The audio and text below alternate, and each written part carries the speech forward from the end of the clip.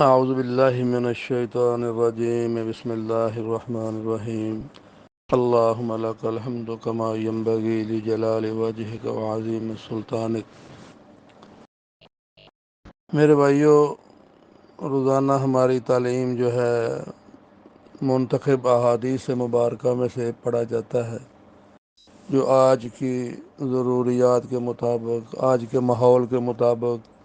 آج جو روحانی بیماریاں ان کے مطابق، جو آقا نامدار صلی اللہ علیہ وآلہ وسلم نے ارشاد فرمایا ہے،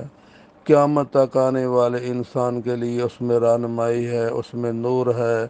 اس میں ہدایت ہے، اس میں نجات ہے۔ تو چونکہ ہم دو چیزوں کا مرکب ہے، ایک ہماری روح ہے، ایک ہمارا جسم ہے، اور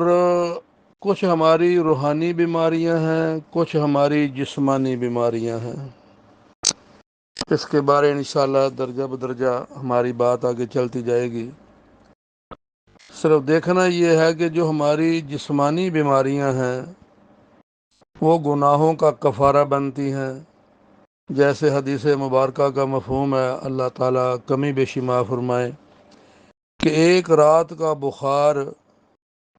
بندہ بندی اللہ پر راضی رہے تو ایک رات کا بخار پچھلے سارے صغیرہ گناہوں کے معافی کا ذریعہ بن جاتا ہے۔ جس کو آج لوگ یہ کہتے ہیں پتہ نہیں کون سا گناہ ہو گیا ہے، بخار چڑھ گیا ہے، حالانکہ نماز نہیں، قرآن نہیں، دین کی کوئی سمجھ بوجھ نہیں، دین کی کوئی فکر نہیں، اللہ کو راضی کرنے والے اعمال نہیں، جھوٹ بھی ہے، غصہ بھی ہے، غیبت بھی ہے، جو کچھ بھی ہے، اس کے باوجود ہم کہتے ہیں پتہ نہیں کون سا گناہ ہو گیا، بخار چڑھ گیا ہے۔ تو بہرحال جسمانی امراض گناہوں کا کفارہ بنے گی، جیسے فرمایا کہ پاؤں میں کانٹا چبھ جائے اس کی درد سے بھی گناہ معاف ہوتے ہیں، کوئی آدمی چیز رکھ کے بھول جائے، چوری نہیں ہوئی مگر بھول گیا ہے، اس میں جو سانس اکھڑے ہیں اس میں بھی گناہ معاف ہوتے ہیں۔ جتنی لمبی بیماری ہوگی گناہوں کا کفارہ بنے گی، جیسا فرمایا کہ اللہ تعالیٰ طویل بیماری میں اگر موت دے دیں تو سیدھا جنت میں، شفا دے دیں تو پہلے سے اچھا گوشت پوست خون صحت۔ لیکن اس کے علاوہ جو ہماری روحانی بیماریاں ہیں، اگر ان کا علاج نہ کیا تو جسمانی بیماریاں تو گناہوں کا کفارہ بنیں گی، جبکہ روحانی بیماریاں جہنم میں گرانے کا ذریعہ بنیں گی، جس میں نظر کا غلط دیکھنا، زبان کا غلط بولنا، ہاتھوں کا ظلم کرنا، بدمعاشی کے نقشے پہ جانا، غلط سوچ سوچنا۔ تو یہ ساری چیزیں جو ہیں، اس میں ابھی آج ہم تھوڑا سا اس بارے میں کریں گے کہ اللہ تعالیٰ نے غصے کو کیوں پیدا کیا ہے۔ یہ بھی ہماری ایک روحانی بیماری ہے، غصہ بھی ہمارے اندر، کینہ بھی ہمارے اندر، حسد بھی ہمارے اندر۔ تو جسمانی امراض کے لیے تو ہم ملک سے دوسرے ملک تک کا سفر کر دیتے ہیں، اپنی کمائی ہوئی دولت جائیداد فروخت کر دیتے ہیں کہ کمایا کس لیے ہے اگر بیماری میں مرنا ہے، جبکہ روحانی بیماریوں کے لیے ہمارے پاس کچھ نہ وقت ہے، نہ سوچنے کا، نہ سننے کا، نہ اللہ والوں کی مجلس میں بیٹھنے کا۔ تو یہ ساری چیزیں ہماری آخرت کو برباد کرنے والی ہیں، دنیا کو برباد کرنے والی ہیں۔ تو یہاں میرے بھائیوں سوچنے والی بات یہ ہے کہ اللہ تعالیٰ نے جو غصے کو پیدا کیا، کیوں پیدا کیا، یہ انشاءاللہ آگے اس کی بات آئے گی۔ فی الحال تھوڑی سی اس کے بارے میں جو بات ہماری آپس میں ہو رہی ہے کہ جب غصہ انسان پر غالب آ جاتا ہے تو یہ بہت برا ہے، اور اس کی اصل جو ہے وہ آگ ہے، اور اس کا دل پر براہ راست اثر ہوتا ہے، اور آگ کی نسبت شیطان ہے، جیسا کہ اس نے خود کہا خلقتنی من نار، کہ تو نے مجھے آگ سے پیدا کیا، اور آگ کا کام حرکت اور بے قراری ہے،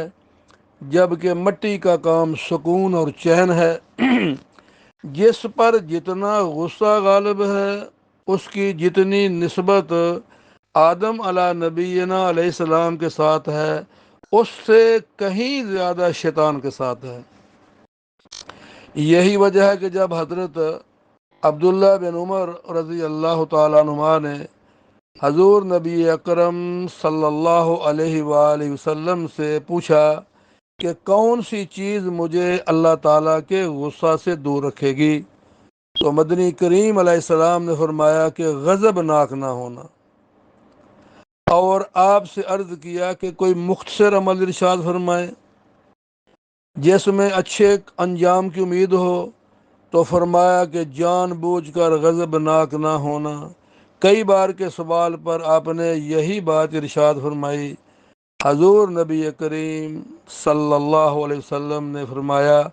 کہ غصہ ایمان کو ایسے ہی خراب کر دیتا ہے جیسے شہد کو سرکہ خراب کر دیتا ہے۔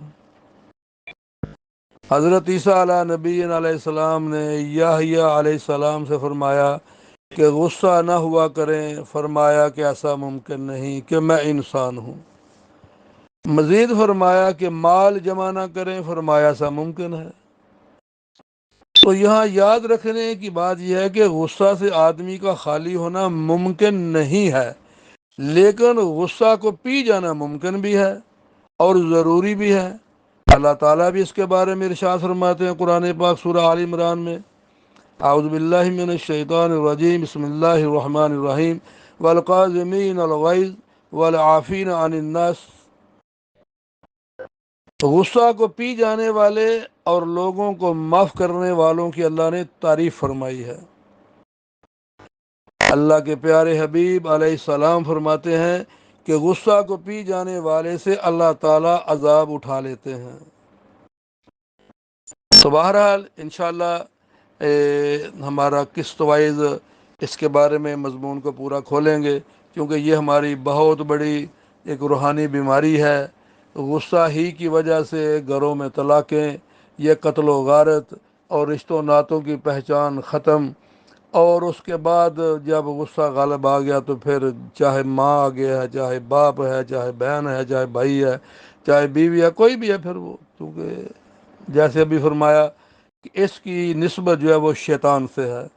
اور شیطان نے اس کے بارے خود اعتراف کیا ہے کہ خلقتنی من نار، اے اللہ تو نے مجھے آگ سے پیدا کیا ہے۔ تو یہاں جو صبر کیا جاتا ہے وہ کون کون سے امور ہیں، تو انشاءاللہ تعالی اس کے بارے پھر ہماری آگے بات چلے گی۔ اللہ تعالیٰ کی بارگاہ میں دعا کہ اللہ تعالیٰ مجھے آپ کو ان جو ہم نے غصہ کے بارے پڑھا ہے، اللہ ہمیں سمجھ عطا فرمائے، اور جو مدنی کریم علیہ السلام کا حکم مبارک ہے، ارشاد مبارک ہے، اسوہ حسنہ ہے، اولیاء کرام صحابہ کرام کا، اللہ تعالیٰ ہمیں ان کے نقش قدم پر چلنے کی اور عمل کرنے کی توفیق عطا فرمائے۔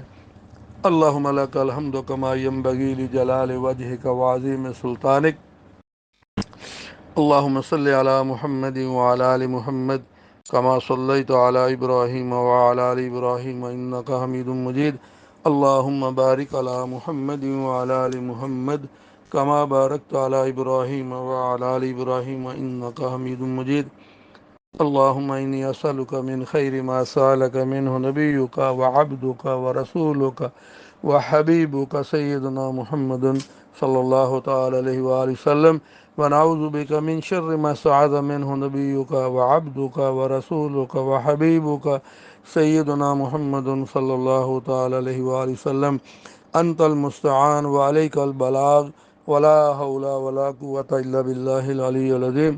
رب وصلی اللہ تعالی علی خیر خلقہ محمد وآلہ وصحبہ وازواجہ وذریۃ اجمعین برحمتک یا ارحم الراحمین۔ جزاکم اللہ خیر۔